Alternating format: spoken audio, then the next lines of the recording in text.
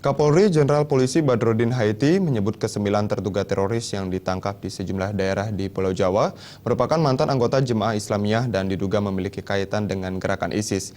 Menurut Kapolri, ke-9 terduga teroris tersebut berencana akan melancarkan aksi teror pada saat Natal dan pergantian tahun.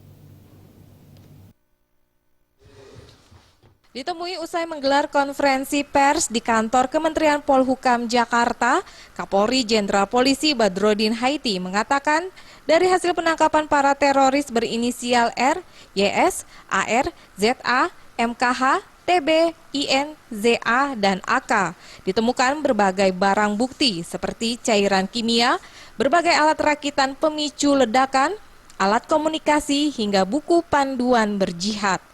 Kapolri mengungkapkan dari hasil penyelidikan sementara pihaknya kuat dugaan mereka akan melakukan serangkaian aksi teror dengan sasaran utama kantor kepolisian, kelompok Syiah, serta sejumlah gereja pada perayaan Natal hingga Tahun Baru mendatang.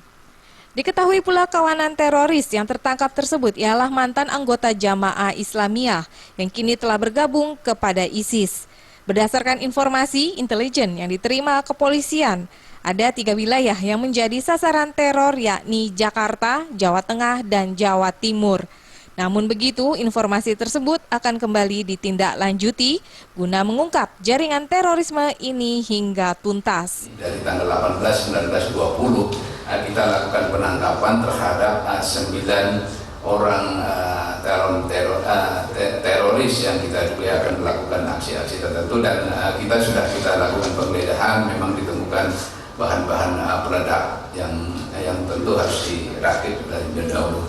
Nah, mereka ini adalah orang-orang ex-JI, Jemaah Islamiyah.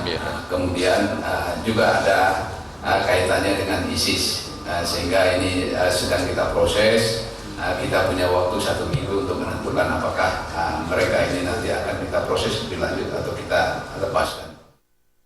Ke-9 teroris tersebut ditangkap Densus 88 anti teror di 5 wilayah di Pulau Jawa pada tanggal 18 hingga 20 Desember 2015.